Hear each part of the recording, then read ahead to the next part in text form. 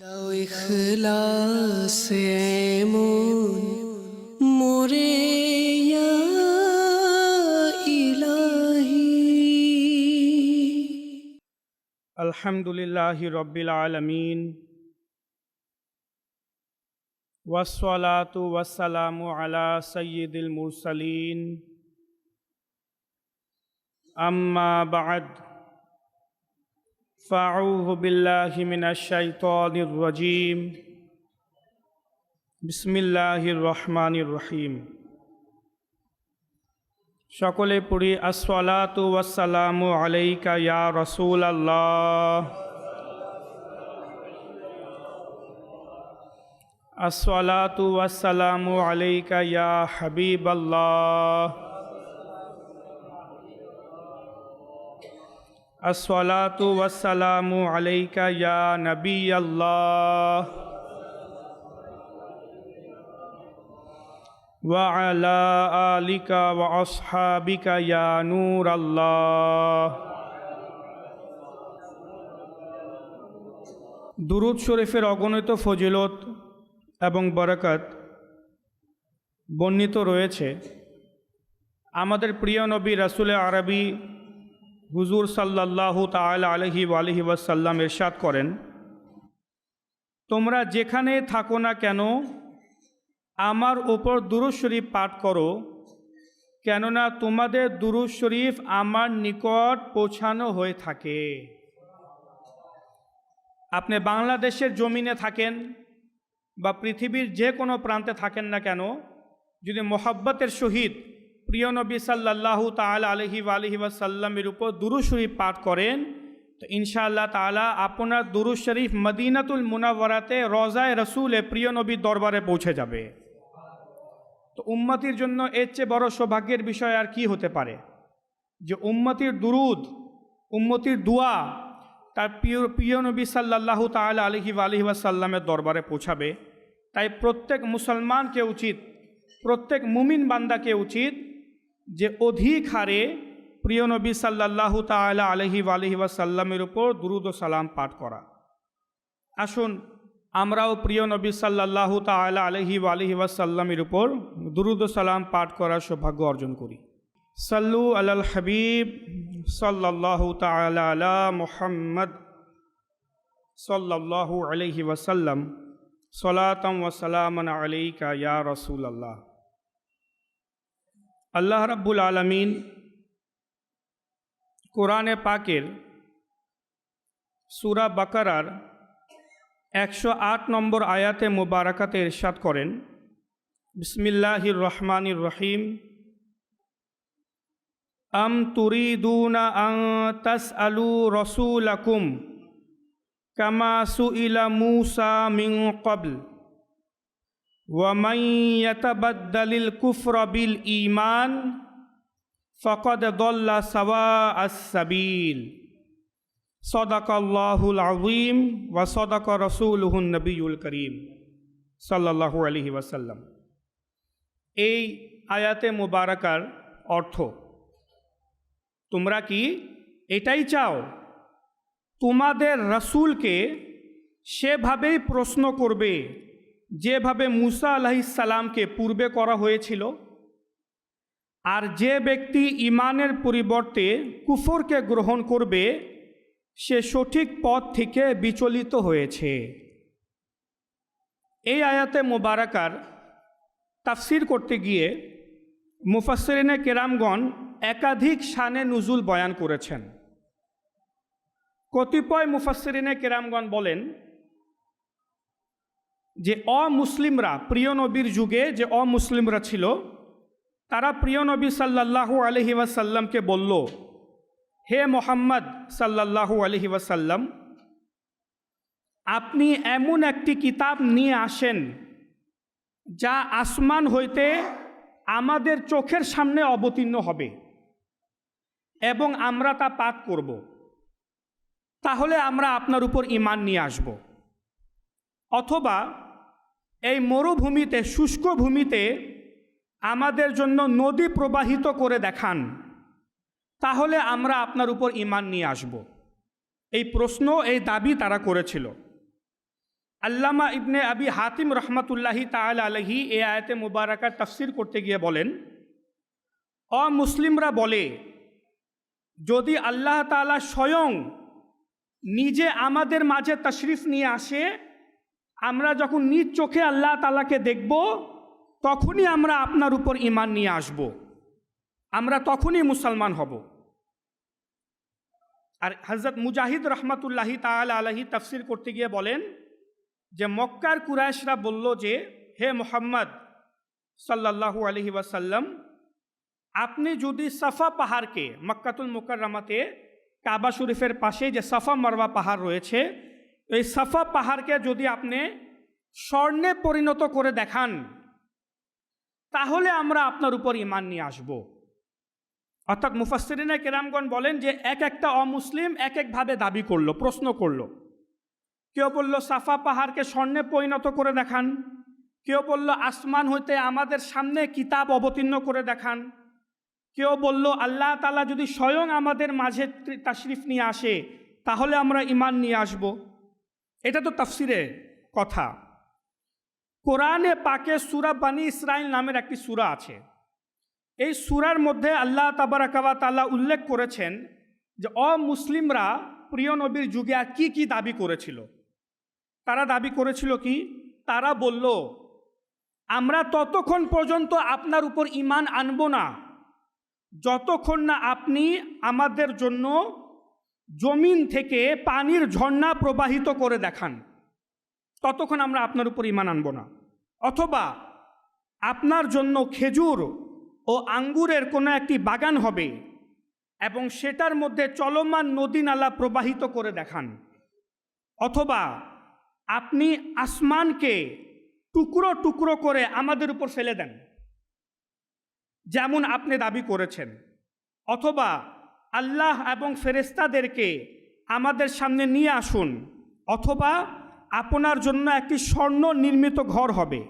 অথবা আপনি আকাশে আরোহণ করবেন এবং আমরা আপনার আরোহণের উপরও কখনো ঈমান আনব না যতক্ষণ না পর্যন্ত আমাদের উপর একটি কিতাব অবতীর্ণ করবেন না, যা আমরা স্বয়ং নিজেরা পাঠ করব। এই আয়াতে মুবারাকাতে তারা মূলত 6টি দাবি করেছে, 6টি প্রিয় নবীর কাছে। প্রথম হচ্ছে জমি থেকে ঝর্ণা প্রবাহিত করে দেখান। দ্বিতীয় হচ্ছে আপনি যেহেতু নিজেকে নবী দাবি করছেন, তো আপনার একটি বাগান হওয়া দরকার, আপনি একটি বাগানের মালিক হবেন, আর ওই বাগানের মধ্যখান থেকে নদী নালা প্রবাহিত করে দেখান। যেহেতু আরব দেশ মরুভূমি এলাকা, সেখানে একটা নদী নালা বা ঝর্ণা প্রবাহিত হইতো না, পানির অভাব ছিল। তো তারা এরকম দাবি করলো। তারা বলল, যদি আপনি সত্যিকার অর্থে নবী হয়ে থাকেন, আমরা তো আপনার উপর ঈমান আনছি না, তা আপনি আসমানকে টুকরো টুকরো করে আমাদের উপর ফেলে দেন, আল্লাহর আযাব নিয়ে আসেন যদি আপনি সত্যিকার নবী হয়ে থাকেন। অথবা আসমান থেকে একটি কিতাব আমাদের জন্য অবতরণ করেন, তাহলে আমরা আপনার উপর ঈমান নিয়ে আসব।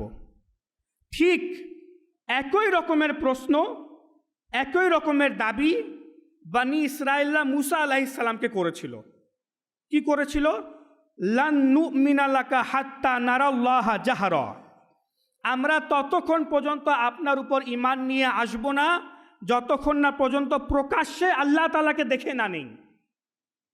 আমরা আল্লাহকে দেখার পরই ঈমান আনবো, না হলে ঈমান আনবো না, তারা দাবি করেছিল।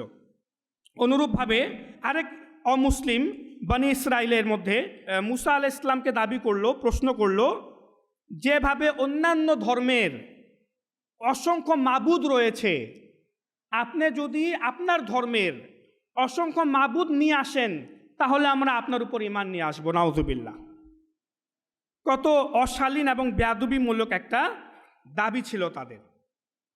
তো আল্লাহ রাব্বুল আলামিন, আমি যে আয়াতে মুবারাকা একদম প্রথমে তেলাওয়াত করেছি, ওই আয়াতে মুবারাকাতে এটাই বলেছেন যে যেভাবে বনি ইসরাইলরা মূসা আলাইহিস সালামকে দাবি করেছিল, আপনি এটা করেন, আপনি সেটা করেন, তাহলে আপনার উপর ঈমান নিয়ে আসব, ঠিক সেভাবে প্রিয় নবীর যুগে এসে তোমরাও প্রিয় নবীকে আজব ধরনের দাবি করছো। তো শুনো, ওয়ামান ইয়াতাবাদ্দালিল কুফরা বিল ঈমান ফাকাদ দাল্লা সাওয়া আস-সাবিল, যে ব্যক্তি ঈমানের পরিবর্তে কুফরকে বেছে নিবে, সে সঠিক পথ থেকে বিচলিত হয়ে গেছে, সে পথভ্রষ্ট হয়ে গেছে। অর্থাৎ যে ব্যক্তি প্রিয় নবী সাল্লাল্লাহু আলাইহি ওয়াসাল্লামের কাছে এসে আজব ধরনের দাবি করবে, প্রিয় নবী সাল্লাল্লাহু আলাইহি ওয়াসাল্লামকে এসে বলবে সাফা পাহাড়কে স্বর্ণে পরিণত করে দেখান, প্রিয় নবীকে এসে বলবে যে পানির ঝর্ণা প্রবাহিত করে দেখান, প্রিয় নবীকে এসে বলবে যে আসমান হতে কিতাব অবতীর্ণ করে দেখান, তাহলে আমরা আপনার উপর ঈমান নিয়ে আসব। তো জেনে রাখো, তোমাদের এই দাবি করাটা হচ্ছে কুফরিয়া, তোমাদের এই দাবি করাটা হচ্ছে কুফরি। আর যে ব্যক্তি কুফরিকে বেছে নিবে, কুফুরকে বেছে নিবে, সে পথভ্রষ্ট হয়ে গেল। আল্লাহ তাবারাকা ওয়া তাআলা এখানে স্পষ্ট বলে দিয়েছেন। কিন্তু এখানে একটি প্রশ্ন আছে, এখানে একটি প্রশ্ন আছে, প্রশ্নও বলছি, প্রশ্নের উত্তরও দিব, মনোযোগ সহকারে বুঝবেন।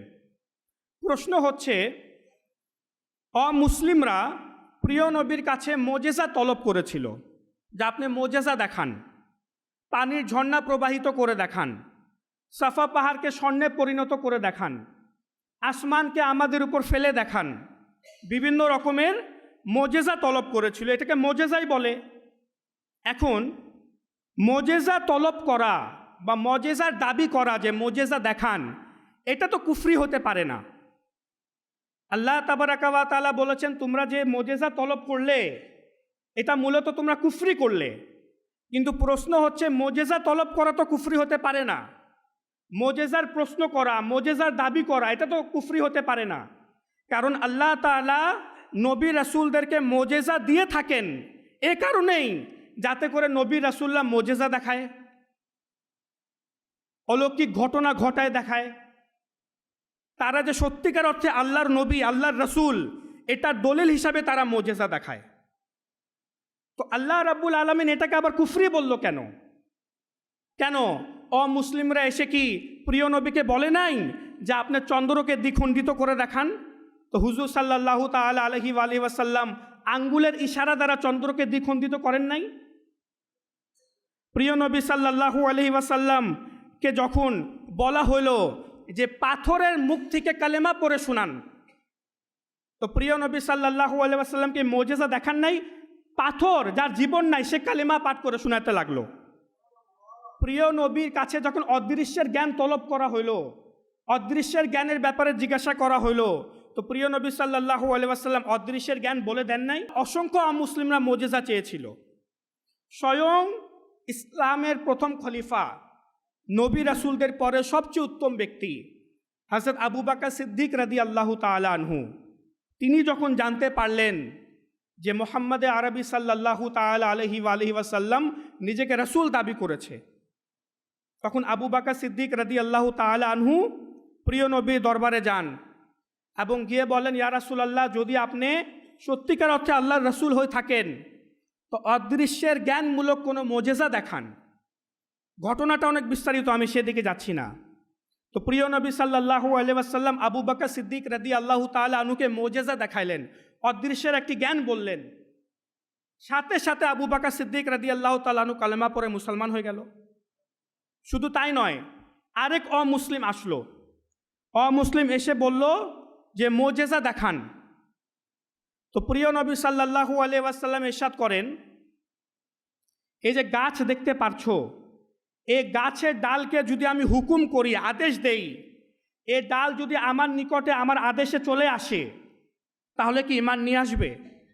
হ্যাঁ, ঈমান নিয়ে আসবো। তো হুজুর সাল্লাল্লাহু আলাইহি ওয়াসাল্লামের গাছের একটি ডালের দিকে ইশারা করেন, ইশারা করে বলেন, এই ডাল আমার কাছে আসো।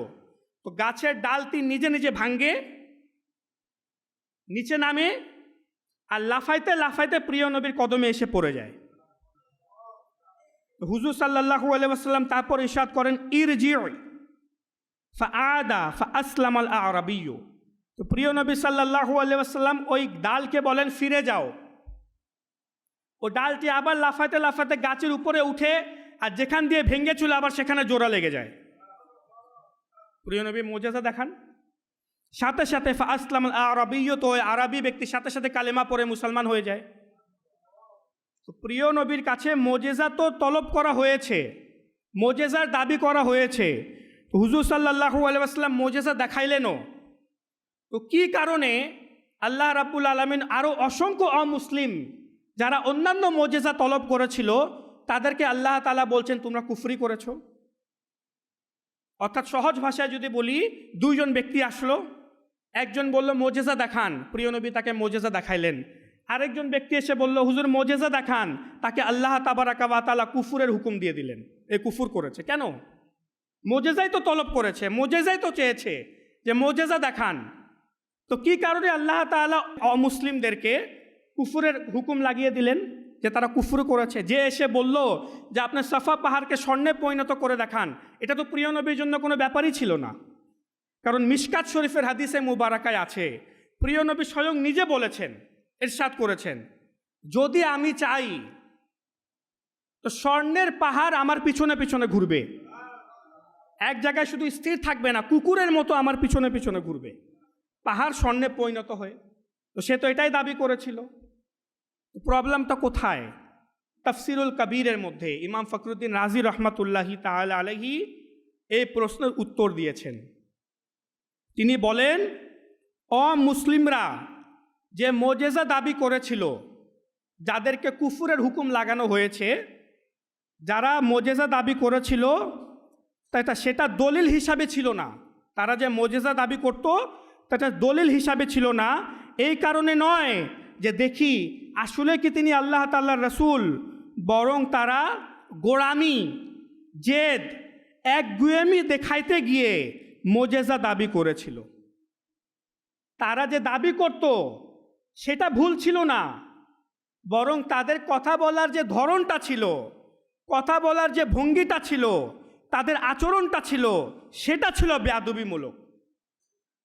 এই কারণে আল্লাহ তাবারাকা ওয়া তাআলা কুফরের হুকুম দিয়েছে। তো বোঝা গেল যে সব সময় শুধু শব্দাবলী যে ঠিক হতে হবে এমন না। আপনার শব্দাবলী ঠিক, আপনি সুন্দর সুন্দর শব্দাবলী দ্বারা প্রশ্ন করছেন, কিন্তু আপনার বলার ভঙ্গি ঠিক না, আপনার বলার ধরন ঠিক না, বলার ঢঙ্গ গোস্তাকিমূলক, বেয়াদবিমূলক, গোরামিমূলক, জেদমূলক, সেটা আল্লাহ তাবারাকা ওয়া তাআলা পছন্দ করেন না। যে কোনো ব্যক্তি প্রিয় নবীর দরবারে এসে হক কথা বলছে, কিন্তু তার আচরণ ভালো না, তার ভঙ্গি ভালো না। হ্যাঁ, আপনার যদি নবী হয়ে থাকেন তো মোজেজা দেখান, এই সাফা পাহাড়কে স্বর্ণে পরিণত করে দেখান, এটা হচ্ছে গোরামি, গোরামির বচন, গোরামির ভাষা, একগুয়েমির ভাষা। তাকে মোজেজা দেখাই দিলেও সে ঈমান নিয়ে আসবে না। কারণ কি? কারণ সে তো জেদ দেখাচ্ছে, একগুয়েমি দেখাচ্ছে, বেয়াদবি করছে, যে আপনার কি ক্ষমতা আছে আপনি দেখান। আর যে ব্যক্তি সত্যিকার অর্থে ঈমান নিয়ে আসার জন্য মোজেজা তলব করে, সে আদব সহকারে বলে যে আপনি যদি সত্যিকার অর্থে আল্লাহর রাসূল হয়ে থাকেন, তাহলে আপনি মোজেজা দেখান, আমি আপনার উপর ঈমান নিয়ে আসব। আর আসলে মোজেজা দেখালে ঈমান নিয়েও আসে, নিয়ে এসেছেও। প্রিয় নবী যার জন্য চন্দ্রকে দ্বিখণ্ডিত করেছিলেন, সে অনেক বড় কাফির ছিল, এমনকি কাফিরদের সর্দার ছিল, কিন্তু ওই চন্দ্রকে দ্বিখণ্ডিত করতে দেখে সাথে সাথে কালেমা পড়ে মুসলমান হয়ে যায়। কিন্তু অন্যান্য অমুসলিমরা তারা গোরামি দেখানোর চেষ্টা করে, জেদ দেখানোর চেষ্টা করে, তারা বেয়াদবি করে, গোস্তাকি করে। এই কারণে আল্লাহ তাবারাকা ওয়া তাআলা বলেছেন যে প্রিয় নবী সাল্লাল্লাহু আলাইহি ওয়াসাল্লামের দরবারে যদি তোমরা আসো ঈমান গ্রহণ করার জন্য, ঈমান গ্রহণ করার নিয়তে যদি তোমরা মোজেজা চাও, প্রিয় নবী অবশ্যই মোজেজা দেখাবে। কিন্তু যদি গোরামি দেখানোর জন্য মোজেজা চাও, জেদ দেখানোর জন্য মোজেজা চাও, তাহলে মনে রাখো আমার নবী তো মোজেজা দেখাবেনই না, বরং তোমাদের এই গোরামি করাটাও হচ্ছে কুফরি, এই জেদ দেখানোটাও হচ্ছে কুফরি। আল্লাহ তাআলা তার নবীকে এত মহব্বত করেন, এত ভালোবাসেন, আপনি প্রিয় নবীর দরবারে গিয়ে সঠিক কথা বলছেন, মোজেজা দেখান, কিন্তু আপনার আচরণ ভঙ্গি ভালো না, এটাও আল্লাহ তাবারাকা ওয়া তাআলা কোনোভাবেই পছন্দ করেন না। আপনার আচরণ আদবময় হতে হবে, সম্মানসূচক হতে হবে। তো আল্লাহ তাবারাকা ওয়া তাআলা আমাদেরকে শব্দাবলীর সাথে সাথে প্রিয় নবীর জন্য অন্তর থেকে সম্মান করার তৌফিক দান করুক। আমি এটাকে আরো সহজভাবে বুঝাই। যেমন গোরামি কাকে বলে? বানি ইসরায়েল আছে না, তারা মুসা আলাইহিস সালামের দরবারে যায়, মুসা আলাইহিস সালামের কাছে তারাও দাবি করে। কি দাবি করে? তারা বলে ইয়া মুসা লান নুমিনা লাকা হাত্তা নারাল্লাহা জাহরা, হে মুসা আলাইহিস সালাম, আমরা ততক্ষণ পর্যন্ত আপনার উপর ঈমান নিয়ে আসব না যতক্ষণ না পর্যন্ত আমরা প্রকাশ্যে আল্লাহকে দেখে না নেই, এটা তাদের একটা দাবি ছিল। অপরদিকে মুসা আলাইহিস সালামও আল্লাহ তাআলার কাছে প্রশ্ন করেছিল, এটাও কোরআনের আয়াত। মুসা আলাইহিস সালাম আল্লাহ তাআলাকে বলেছিলেন, রব্বি আরিনি আনজুর ইলাইক, হে আমার প্রতিপালক, আমি তোমার দিদার লাভ করতে চাই। মুসা আলাইহিস সালাম আল্লাহ তাআলাকে বলেছিলেন না, হে আল্লাহ, আমি তোমার দিদার লাভ করতে চাই, কোরআনের আয়াত। তখন আল্লাহ রাব্বুল আলামিন ইরশাদ করেন, লাং তারানি, হে মুসা, তুমি আমাকে দেখতে পারবে না, তোমার এ ক্ষমতা নাই যে তুমি আমাকে দেখতে পারবে, সহ্য করতে পারবে না। তো মুসা আলাইহিস সালাম দাবি করলেন, প্রশ্ন করলেন, হে আল্লাহ, আমি তোমার দিদার লাভ করতে চাই। সুন্দরভাবে জবাব দিয়ে দেওয়া হলো যে তুমি আমাকে দেখতে পারবে না। আর অপরদিকে বনি ইসরাইলরা যখন একই দাবি করলো যে আমরা ততক্ষণ পর্যন্ত ঈমান নিয়ে আসবো না যতক্ষণ না পর্যন্ত আল্লাহকে দেখে না নেই, তো আল্লাহ তাবারাকা ওয়া তাআলা কি করলেন, ফাআখাযাতকুমুস সাইকাতু ওয়া আনতুম তানজুরুন, আর তোমাদের চোখের সামনেই বজ্রপাত তোমাদেরকে ধরে ফেলল। তাদের উপর বজ্রপাতের আযাব আসলো এবং তাদের সবাইকে ধ্বংস করে দিল। একদিকে মুসা আলাইহিস সালাম প্রশ্ন করলেন, তোমার দিদার লাভ করব, সেটা ভালোবাসার কারণে ছিল, আদব সহকারে ছিল, তাই আল্লাহ তাআলা সুন্দরভাবে উত্তর দিলেন, তুমি আমাকে দেখতে পারবে না, তোমার এই ক্ষমতা নেই, সহ্য করতে পারবে না। আর অপরদিকে যারা বনি ইসরায়েল ছিল তারা গোরামি দেখাতে লাগলো, তারা হুমকির স্বরূপ বলল, হুমকি দিয়ে থ্রেট মেরে যে আমরা ততক্ষণ ঈমান নিয়ে আসবো না যতক্ষণ আল্লাহকে দেখে না নেই। তাই আল্লাহ তাবারাকা ওয়া তাআলা আযাব দিলেন, শাস্তি দিলেন। তাই নবী রাসূলদের সম্মুখে যখন নবী রাসূলদের ব্যাপারে আলোচনা হবে, নবী রাসূলদের ব্যাপারে কোনো কথা হবে, জিকির হবে, বা নবী রাসূলদের দরবারে যখন যাওয়া হয়, তখন খুব সম্মান প্রদর্শন করা উচিত।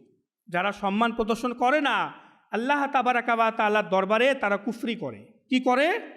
কুফরি করে। আল্লাহ রাব্বুল আলামিন আমাদেরকে নবী রাসূলদের দরবারে সম্মান প্রদর্শন করার তৌফিক দান করুক। আচ্ছা, যে আয়াতে মুবারাকা নিয়ে আলোচনা করছি, এই আয়াতে মুবারাকার আরেকটি বিষয় হচ্ছে, শিক্ষণীয় বিষয়, যে আল্লাহ রাব্বুল আলামিন যেই কাজের আদেশ দিবেন বা দিয়েছেন, সেই আদেশকে সে অনুযায়ী আমল করা। আল্লাহ তাআলার কোনো আদেশ পাওয়ার পর সেটা নিয়ে তর্ক বিতর্ক না করা, আর্গুমেন্ট না করা, কোনো রকমের প্রশ্ন না করা বা শর্ত আরোপ না করা। অনেকে আছে কোনো মাসআলা শোনার পর বা আল্লাহর কোরআন হাদিসের কোনো আদেশ শোনার পর সেটা নিয়ে তর্ক শুরু করে দেয়, এটা এরকম কেন, সেটা এরকম কেন, আমি মানি না। অনেকে শর্ত দিয়ে দেয়, হ্যাঁ মাসআলা ঠিক আছে, হুকুম ঠিক আছে, কিন্তু এরকম হলে মানবো, না হলে মানবো না। মানে আমাদের মন অনুযায়ী হলে আমরা মানবো, মন না অনুযায়ী না হলে আমরা মানবো না। কাউকে বলা হলে পর্দা করো, তো তার সহ্য হয় না, না কোরআন হাদিসে কোথায় লেখা আছে, মানি না, হুজুর বানিয়ে কথা বলছে, পর্দার কথা কোনো জায়গায় নাই, পর্দা এভাবে হলে মানবো, ওইভাবে হলে মানবো না, ওড়না দিয়ে পর্দা করলেই হয়ে যাবে, এই বুক ঢাকলেই হয়ে যাবে, মাথা ঢাকার কোনো প্রয়োজন নাই। নিজে তর্ক করা, বিতর্ক করা, আর্গুমেন্ট করা, কোনো মাসআলার ব্যাপারে বললেই এটা হারাম, সুদ ঘুষের লেনদেন করো না। আরে ভাই, বর্তমানে যদি সুদ ঘুষের লেনদেন না করি তাহলে চলতেই তো পারবো না। ইনকাম কোথা থেকে হবে, উপার্জন কোথা থেকে হবে, সংসার তো এত কম টাকা দিয়ে চলবে না। মানে বিভিন্ন রকমের তর্ক বিতর্ক না। আল্লাহ রাব্বুল আলামিন যে কাজের আদেশ দিয়েছেন অ্যাজ ইট ইজ সেভাবে তার উপর আমল করা, সেটাকে মেনে নেওয়া, এটা হচ্ছে ইমানদারদের দায়িত্ব, ইমানের পরিচয়, যে আল্লাহ যে কাজের আদেশ দিয়েছেন সেটাকে গ্রহণ করে নেওয়া। সাহাবায়ে কেরামগণ কেমন ছিলেন? সাহাবায়ে কেরামগণ যখনই কোনো আদেশ শুনতেন সাথে সাথে তার উপর আমল করতেন। যেমন কোরআনে পাকে বর্ণিত আছে, হে ইমানদারগণ, মদ, জুয়া, মূর্তি এবং ভাগ্য নির্ধারক তীর অপবিত্র এবং শয়তানি কাজ, সুতরাং তা থেকে বেঁচে থাকো যাতে তোমরা সাফল্য লাভ করতে পারো। এখন আয়াতে মুবারাকা তো প্রিয় নবীর কাছে অবতীর্ণ হয়, তো এক সাহাবী শুনে বাহিরে তাশরিফ নিয়ে আসে এবং এলাকার মধ্যে ঘোষণা করে যে, হে লোকেরা শুনো, আজ থেকে মদকে হারাম করে দেওয়া হয়েছে। এখন একটা কক্ষের মধ্যে কয়েকজন সাহাবায়ে কেরাম খুব শখ সহকারে মদ পান করছিলেন। রুমের মধ্যে, তাদের ঘরের মধ্যে যত মদ ছিল ও সব মদ নিয়ে তারা রাস্তার মধ্যে ভাসিয়ে দেয় সাথে সাথে। এমনকি তারা যাচাইও করে না যে কে বলেছে, ঘোষণাটা কে করলো, যে ঘোষণা করেছে সত্য বলেছে না মিথ্যা বলেছে, আসলে কি মদ হারাম, কোনো অভিযোগ না, কোনো আপত্তি না। শুধু আল্লাহ তাআলার হুকুম আসলো, একজন ঘোষণাকারী ঘোষণা করলো, বা সাথে সাথে মদকে ফেলে দিল। সাহাবায়ে কেরামদের অবস্থা এমন ছিল, ঈমান তাদের এমন ছিল যে আল্লাহ তাআলা না বলে দিয়েছেন, আল্লাহর রাসূল না বলে দিয়েছেন, বাস এখন আর ওই কাজটা করা যাবে না, ওই কাজটা নিষিদ্ধ হয়ে গেল। এখন নিজের যতই কষ্ট হোক, আল্লাহ যা করেন ভালোর জন্যই করেন, বাস সেটা নিষেধ। আর অভিযোগ করা, আপত্তি করা, কোনো মাসআলা শোনার পর, আল্লাহ তাআলার কোনো হুকুম শোনার পর সেটা নিয়ে অভিযোগ করা, প্রশ্ন করা, বিভিন্ন রকমের শর্ত আরোপ করা, এটা হচ্ছে অমুসলিমদের তরিকা, অমুসলিমদের তরিকা। যেমন কোরআনে পাকের মধ্যেই রয়েছে, এক অমুসলিম প্রিয় নবী সাল্লাল্লাহু আলাইহি ওয়াসাল্লামের নিকটে এসে বলল, ইতি বিকুরআনিন গয়রি হাদা, হে নবী, হে মোহাম্মদ সাল্লাল্লাহু আলাইহি ওয়াসাল্লাম, আমি এ কোরআনের উপর ঈমান আনবো না, আপনি অন্য একটা কোরআন নিয়ে আসেন। নাউযুবিল্লাহ, আপনি অন্য একটা কোরআন নিয়ে আসেন, এ কোরআনে যে হুকুম আকাম আছে আমার এটা ভালো লাগছে না। নাউযুবিল্লাহ। আও বাদদিলহু, অথবা এই কোরআনের মধ্যে যে হুকুম আহকাম আছে এটাকে পরিবর্তন করেন, এখানে যে হুকুম আকাম আছে এটা আমরা মানব না, স্বীকার করব না। এটা হচ্ছে ওই সময়কার অমুসলিমদের অবস্থা। আরও এর চেয়ে বড় উদাহরণ আমরা তখন দেখি যখন কিবলা পরিবর্তন হয়। আমরা সকলে হয়তো জানি, না জানলেও জেনে নেন যে মুসলমানদের প্রথম কিবলা কাবাতুল্লাহ শরীফ ছিল না, মুসলমানদের প্রথম কিবলা ছিল বাইতুল মুকাদ্দাস। দীর্ঘ 17 মাস মদিনাতুল মুনাওয়ারাতে তাশরিফ নিয়ে যাওয়ার পর হুজুর সাল্লাল্লাহু আলাইহি ওয়াসাল্লাম সাহাবায়ে কেরামদেরকে নিয়ে বাইতুল মুকাদ্দাসের দিকে মুখ করে নামাজ পড়েন। একদিন নামাজের মধ্যখানে 17 মাস অতিবাহিত হওয়ার পর নামাজের মধ্যখানে হুজুর সাল্লাল্লাহু আলাইহি ওয়াসাল্লামের এই ইচ্ছা জাগ্রত হইল, এই আকাঙ্ক্ষা হইল যে মুসলমানদের কিবলা বাইতুল মুকাদ্দাস না হয়ে কাবাতুল্লাহ শরীফকে করে দেওয়া হোক। এই আকাঙ্ক্ষা নিয়ে হুজুর সাল্লাল্লাহু আলাইহি ওয়াসাল্লাম বারবার আসমানের দিকে তাকাচ্ছিলেন। নামাজের মধ্যখানে জোহরের নামাজ আদায় করছিলেন, জোহরের নামাজের সময় বারবার প্রিয় নবী আসমানের দিকে তাকাচ্ছিলেন। এমতো অবস্থায় কোরআনের আয়াত নাজিল হয়, কদ নারা তাকাল্লুবা ওয়াজহিকা ফিস সামা ফালানুওয়াল্লিয়ান্নাকা কিবলাতান তারদাহা, আমি লক্ষ্য করেছি বারবার আপনার আসমানের দিকে তাকানো। হে আমার নবী, আপনি যে বারবার আসমানের দিকে তাকাচ্ছেন আমি এটা লক্ষ্য করেছি, সুতরাং অবশ্যই আমি আপনাকে ফিরিয়ে দিব সেই কিবলার দিকে যেখানে আপনার সন্তুষ্টি রয়েছে। আপনি ফিরে যান মসজিদুল হারামের দিকে, কাবাতুল্লাহ শরীফের দিকে। তো নামাজের মধ্যখানে হুজুর সাল্লাল্লাহু তাআলা আলাইহি ওয়াসাল্লাম কিবলা পরিবর্তন করে ফেললেন, বাইতুল মুকাদ্দাস থেকে মুখ ফিরে কাবাতুল্লাহ শরীফের দিকে ঘুরে গেলেন। 180 ডিগ্রি ঘুরে ফেললেন, যেমন সামনে বাইতুল মুকাদ্দাস, পিছনে হচ্ছে কাবাতুল্লাহ শরীফ, পুরো 180 ডিগ্রি ঘুরে গেলেন। আর জোহরের নামাজের মাত্র 2 রাকাত নামাজ আদায় হয়েছে, আরও 2 রাকাত নামাজ বাকি। এমন তো অবস্থায় প্রিয় নবী ঘুরে গেলেন। এখন সাহাবায়ে কেরামগণ যখন দেখলেন যে প্রিয় নবী নামাজের মাঝখানে ঘুরে গেছেন, তখন সাহাবায়ে কেরামও ঘুরে গেছেন, কোনো প্রশ্ন করে নাই। আচ্ছা, আমাদের এখানে কি হয়, একটা উদাহরণ দিচ্ছি। মনে করেন আসরের নামাজ মনে করেন হয় 4:15। এখন দিন ছোট হয়ে যাওয়ার কারণে আসরের নামাজ করতে হবে 4টায়। তো ইমাম সাহেব কি করে, একদিন আগে ঘোষণা দিয়ে দেয় যে আগামীকাল থেকে আসরের নামাজ 4টায় হবে।